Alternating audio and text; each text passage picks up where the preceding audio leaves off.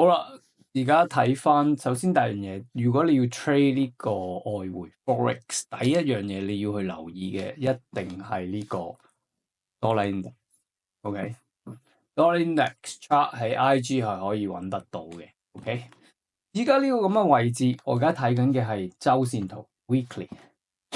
究竟呢個係咪一個 double bottom formation 咧？我哋要睇翻，要 break off 翻呢度，我哋先知。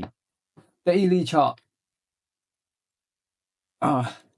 其實係有少少 confusing 嘅。點解咁講咧？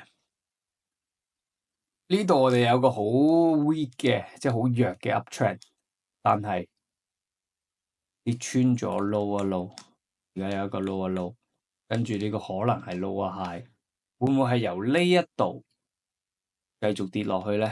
我哋要去好好睇翻呢個位置，究竟會唔會衝翻上去100呢個位，定係 stay below 落去 ？OK， 歐元個情況都係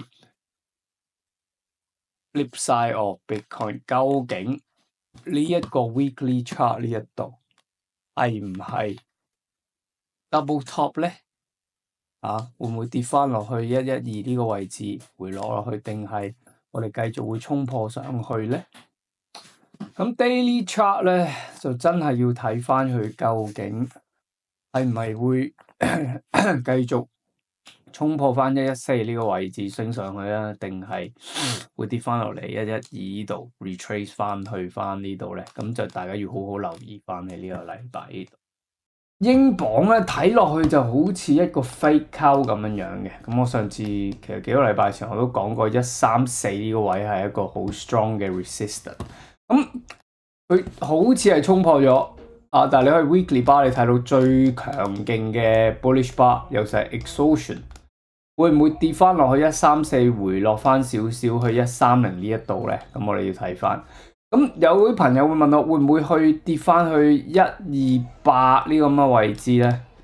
首先要睇翻佢會唔會跌穿130先咯。但係佢就算去到128，我都覺得佢係會慢慢衝翻上去140嘅。因為雖然呢個係 resistant， 佢有機會跌翻落嚟，我覺得佢會 build 一個 base 喺130呢個位置，然後就升上去。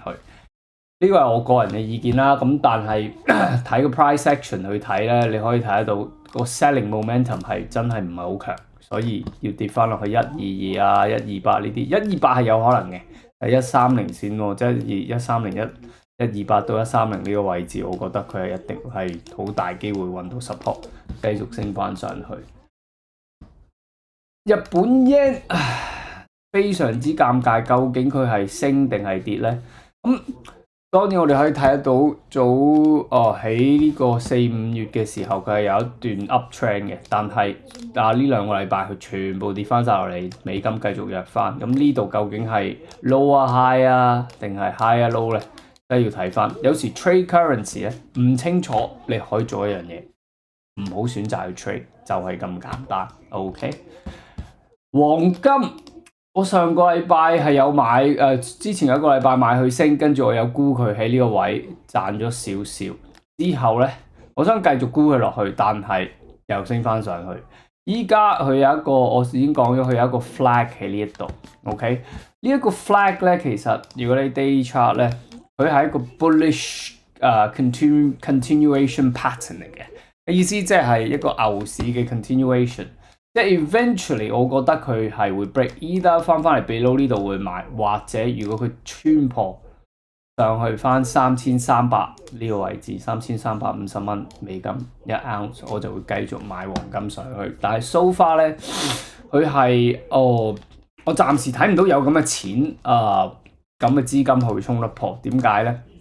其實除咗price action 之外咧，我有另外一個 website 好有用，叫做 marketmakeclear.com。呢度咧有好多 useful 嘅 data。咁我而家第一個睇嘅 data 就係commitment of trader。commitment of trader 咧係 track 一啲 smart money 咁我而家睇翻黃金呢個圖，呢個係有少少 advanced， 我 try to simplify 啊，呢度並唔好講得太多。有兩個 party 我成日都睇嘅，一個叫做 commercial position，commercial 你可以當佢係大莊，大莊冇乜買，亦冇乜賣 ，OK， 即係冇乜錢。Speculator 炒家，佢哋唔買，亦都唔賣。喺呢個咁嘅 condition，即係證明冇錢 flow 入去一個 market 嗰度。咁 technical trading 係 guess 一個 cash flow， 啲錢 flow 去邊度？如果冇錢 flow 入嚟，你好難 create 到一個 trend 上去。所以黃金咧 so far， 我覺得佢有機會係會 range 一陣間嘅。